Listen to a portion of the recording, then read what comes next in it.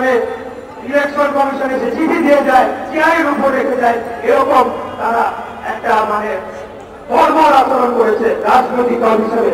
আর বক্তব্য বাড়াবাড়া আপনারা সকলেই জানেন কি আন্দোলন করতে হবে, কি করে এই স্বৈরাচারকে পতন করতে হবে। আমাদেরকে নতুন করে শিখাতে হবে না।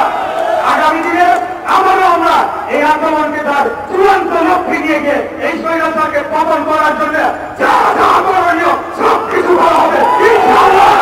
৭১ সালে মুক্তিযোদ্ধারা যেভাবে বাংলাদেশকে স্বাধীন করেছিল, আজকে দেশনেত্রী এবং খালেদা জিয়া, দেশনায়ক তারেক রহমানের নেতৃত্বে আমরা সেই আদর্শে উদ্বুদ্ধ হয়ে আবারও বাংলাদেশকে স্বাধীন করবো ইনশাআল্লাহ। এই কাপুরুষ এই ধর্মের আওয়ামী লীগ থেকে আমরা রাষ্ট্র ক্ষমতা থেকে হটিয়ে বাংলাদেশের জনগণের অধিকার প্রতিষ্ঠা করবো। আমাদের নেত্রী দেশনেত্রী এবং খালেদা জিয়া আজকে ২০ ঘোষ, ওনাকে যেদিন এই অবৈধ স্বৈরাচারী খুনি শেখ হাসিনা সরকার তার বাসস্থান থেকে উচ্ছেদ করলো, সেদিন যদি বাংলাদেশের সাধারণ জনগণ লক্ষ লক্ষ জনগণ সেই মইনুল রোডের বাসার দিকে তারা ধাবিত হতো, তাহলে হয়তো আজকে আমাদেরকে গণতন্ত্রের জন্য লড়াই করতে হতো না।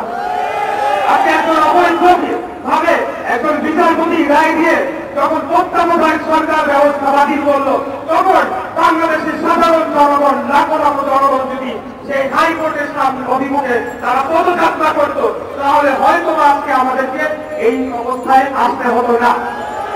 আমি আপনাদেরকে শুধু বলতে চাই যে আওয়ামী লীগ তারা গণতন্ত্রে বিশ্বাস করে না। সেই ১৯৭৫ সালে পাকশাল প্রতিষ্ঠার মাধ্যমে তারা গণতন্ত্রকে হত্যা করেছিল, বাংলাদেশের মুক্তিযুদ্ধের চেতনাকে সম্পূর্ণভাবে পুনরুদ্ধিত করেছিল এবং বাংলাদেশকে একটি রাষ্ট্রে পরিণত করার চক্রান্ত বাস্তবায়ন শুরু করেছিল।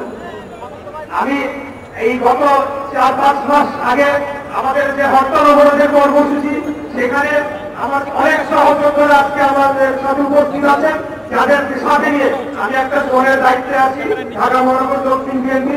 তাদেরকে নিয়ে কোনোভাবে গ্রেফতারে নিয়ে মিছিল, মিটিং, আন্দোলন, সংগ্রাম যতটুকু করার আমরা করেছি। আমি আর বক্তব্য দীর্ঘায়িত না করে আগামী দিনে আন্দোলন সংগ্রাম লড়াইয়ে সর্বাত্মকভাবে আপনাদের পাশে থাকার প্রতিজ্ঞা করে আমার বক্তব্য শেষ করছি। খোদাফেজ।